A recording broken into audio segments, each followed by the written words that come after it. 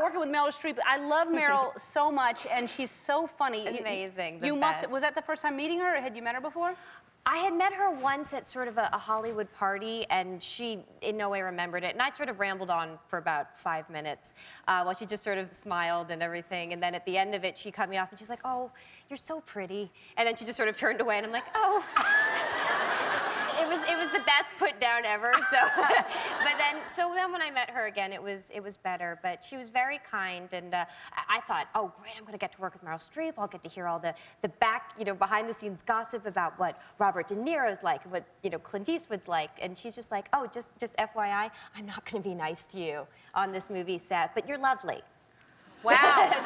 But no, she was staying in character. Yeah, just because she was going to stay in character. Right. And so it's, you're working with your idol, and that's so you're horrible. just like, anything you want is fine. But it's okay. She was like that with everyone, though. So it wasn't like just me, which that would have been horrible. Yeah, yeah. But you see her hanging out with everybody. Exactly. And then I walk by, and she just goes. So are you, because you're dressed, I love the way you dress. I mean, are you usually into I woke up wearing fashion? this too. Really? Yeah, just like this. I like fashion, I do. It's cool. It's a strange thing that now at this point, people are paying attention to what I wear. So it used to be something a bit more enjoyable, and now it sort of feels, in a strange way, competitive. But right. They're going to catch you in that one outfit when you go out shopping or something. Exactly. Where your hair's up and your pants are falling down. Yeah. Yeah. I can't wait for that. Yeah. Well, now they're looking for it. Now that they know you do that. Exactly. But so you do like fashion. You're into that. I do, yeah. I think it's nice. I like the design of clothes, and I think it's really interesting the way people choose to present themselves to the world. And you and I are kind of sporting the same idea. A little bit of the same idea. I like it. But I'll always go for a white shirt and a vest. There's nothing wrong with that. You can't go wrong. I mean, have you worn something that you go, oh, I shouldn't have worn that? Oh yeah. Yeah. I think everyone has that moment, albeit privately. Mine was horrible. It was kind of one of those awful, cried about it for days type things.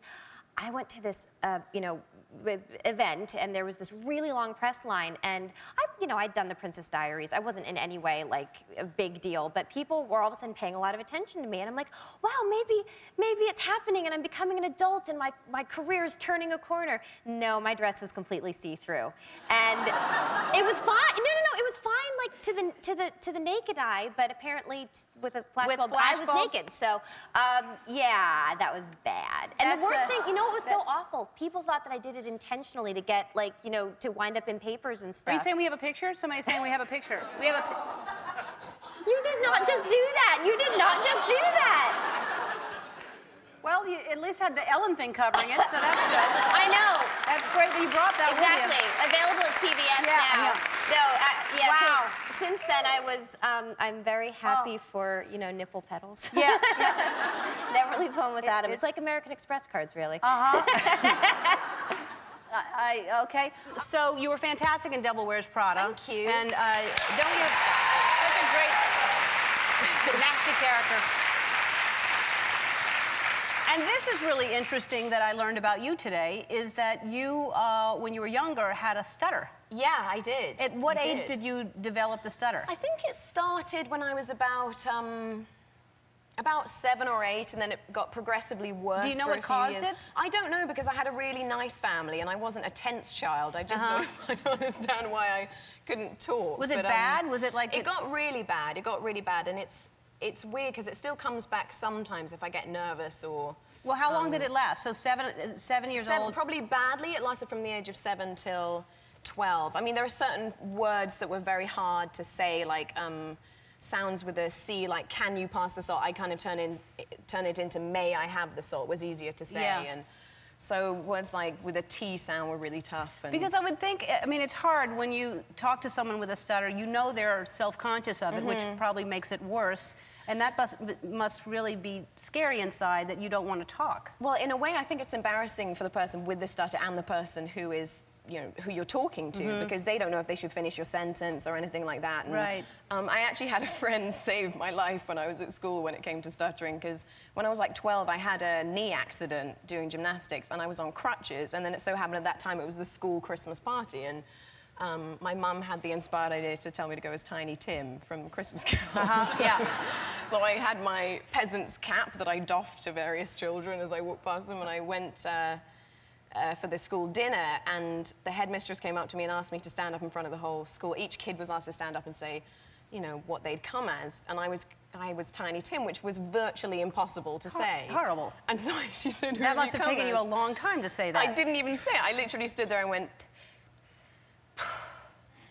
and then I said, guess, because I thought that was the only thing I could say. And then a friend saved me and said, she's come as Tiny Tim. And I was like, thank you so much. Yeah. But it is, I mean, I can kind of look back on it now in a detached way because I don't really suffer from it anymore. But how did you get out of it? Because I mean, I know that there are people out there that's got to be a It's an anguish thing to go through for and what children got you and out their of families. I actually had a really wonderful teacher who asked me if I wanted to do the class play, and I said I can't. And he said, well, would you like to try it in a different voice? And I kind of went, and he said, can you do any accents? And I said, yes. And so I did at the age of 12. It was like a Northern English accent, which it probably wasn't. Probably sounded like I was from Jamaica or something. So just changing... But it worked. Sounds like me when I'm trying to do accents. And so that changing the accent helped you... Yeah, I think it's a freeing thing because it's such an awful thing to go through. And so I would advise any parents whose child has a stutter to send them to an acting class because there's something freeing in maybe being someone else for the day. Because it's like a record that's skipping and you just got to click it over into a different way of thinking. It's very weird. It's a very weird thing to go through. Yeah. Well, the fact that you went into it for so long and then were able to come out of it. Well, now I am in a job where I have to enjoy the sound of my voice, which is bizarre. Yeah, yeah. And you do a great American accent. And how did you learn how to do that if you were so bad at accents early on? I did. Yeah, my Northern was bad. I just am surrounded by it all the time. So I'm here a lot, and then I have a lot of American friends, and so I had a bit of coaching. But it's more about. Can you just go into it right now, like say a sentence? Can you just speak? So, for example. That was not American. No, I'll do it, for example. So I would say frustrated, but you guys say frustrated. Yeah, see that already. So you put different intonations on words and all the time. Yeah, you do it wrong. So yeah. I'm the one with the accent. Yeah, you're frustrated. You know, it's like that's so frustrating. Yeah, yeah. That's frustrating. Yeah, frustrated. But that would be hard to like snap in and out of it when you're doing a role. It's because it's a whole attitude. I mean, you guys tend to enthuse more naturally than we do. We're easily enthused. Easily excited. People are blasé most places, and we're very excited about a lot of stuff. Yeah, I'll get someone come up to me on the street and go, oh my God, you were so good in the movie. And then I'll have someone else in England going, yeah, you were quite good in that. Yeah. And that's about, and you're thrilled with that. Yeah. You know, that's about all you'll get. Yeah, they don't dole out compliments very easily, I No, guess. it doesn't happen. Hi, Meryl. Hi. I could just gush for like, I don't want to talk about anything other than how amazing you are as a human being, number one, and then as an actress. And in this role, oh my God. Oh my God. Thank you very much, Ellen. Yeah, you're going to win this thing. I mean, there's no doubt in my mind you're going to win this thing. Thank you very much. Mark my words. And there's some good performances out there that you're up against this year. I think Michelle Williams was great. And beautiful. Bernice in The Artist, amazing. Oh, incredible. But you're going to win. I promise There's you. a lot of great performances this year. And I love all of those women and the performances. You'll win. Yeah. How about the great Viola Davis? Can we mention her? Yes, I'm sorry. in the Yes, help? I don't know everybody nominated. And Yes. Charlize Theron. And you won the New York Film Critics Award a couple of days ago, right? Yeah, yeah. So you just you're. Me and Brad Pitt. Yes. Really? Well, he wasn't the actress. He ran for the actor. Right. No. So it's exciting. It's very exciting. Yeah, it was very, very exciting. Anyway, I'm happy to see you, and it's been 6 years since you've been here. I'm going to look at you because I can't see you. Yeah. Really? Yeah. No, So I can. if I got up and moved around, you'd never know. Like when you were talking, I could actually hide, and you'd still be looking in this direction. It's true. Really? These are so dirty. Yeah. I can't even see through them anyway. So. Here you go. Okay, thanks. Do you wear contact lenses ever? I used to, but.